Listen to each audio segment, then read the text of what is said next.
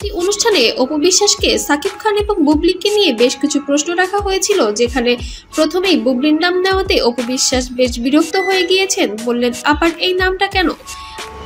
শবনম বুবলি এমন একটা মানুষের নাম বলেছে। আমি এই বিষয়ে কোনো মন্তব্য করতে চাচ্ছি না। পুনরায় উপস্থাপিকা তাকে আবার প্রশ্ন রাখেন, আপনাকে এবার বলতেই হবে বুবলি কেমন চরিত্রের মানুষ। তখন অপু বিশ্বাস বলেন, তাকে নিয়ে আর কি বলবো, কিছু তো বলারই নাই আমার। আপনাদের কাছে সবসময় সবকিছু গ্লাসের মতো পরিষ্কার। সারাদিন তার বাড়িতে বসে থাকবা, কথা বলবা না। পৃথিবীর সবচেয়ে ভালো কাজটা সে করতে পারে, যেটা অনেক কঠিন কাজ। আমার পক্ষে তো সম্ভব। বুবলির বাথরুম কাহিনীর কথা বলতেই যেন হেসে উঠলেন অপু বিশ্বাস। বাথরুমের বিষয়টি বলতে বলতেই যেন ডিবি অফিসের বিষয়টিও যেন চলে আসে কথার মাঝখানে। সেখানে ওটা তো বাথরুম হইলে ডিবি অফিসে পাঠাই ওটা ধরে নিয়ে